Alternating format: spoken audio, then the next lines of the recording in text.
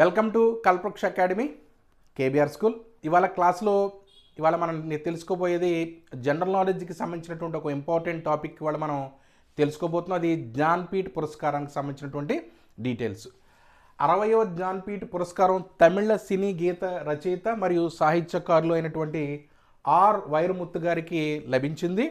అయితే భారతీయ జ్ఞాన్పీఠ్ పాలక మండలి సభ్యులు ఈ యొక్క 2025 సంవత్సరానికి సంబంధించిన ఈ పురస్కారానికి సంబంధించి వీరికి ఇవ్వాలనేది ఏకగ్రీవంగా నిర్ణయం తీసుకున్నట్టు, ఎంపిక చేసినట్టు మనకి తెలుస్తుంది. అయితే వర్తమాన తమిళ సాహిత్య రంగానికి వీరు విశేషమైనటువంటి సేవలు అందించినటువంటి వ్యక్తిగా వీరు పేరు పొందడం అనేది జరిగింది.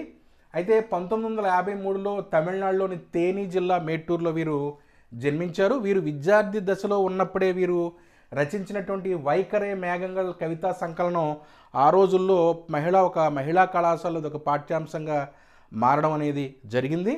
అయితే వీరు 1980లో నిழல்கள் చిత్రం ద్వారా వీరు చిత్ర పరిశ్రమలోకి అడుగుపెట్టారు.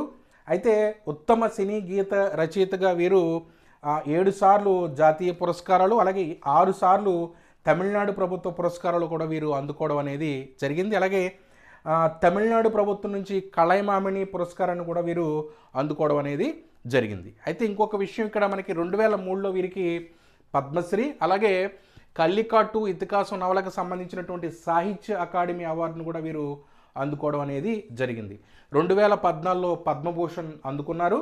అయితే గతంలో తమిళనాడు రాష్ట్రం నుంచి ఈ జ్ఞాన్పీఠ పురస్కారాన్ని అందుకున్న వారిలో 1975లో పివి అఖిలన్ ఉన్నారు. అలాగే 2002వ సంవత్సరంలో డి జయకాంతన్ వీరు కూడా ఈ యొక్క జ్ఞాన్పీఠ పురస్కారాన్ని అందుకున్న వారిలో ఉన్నారు గతంలో.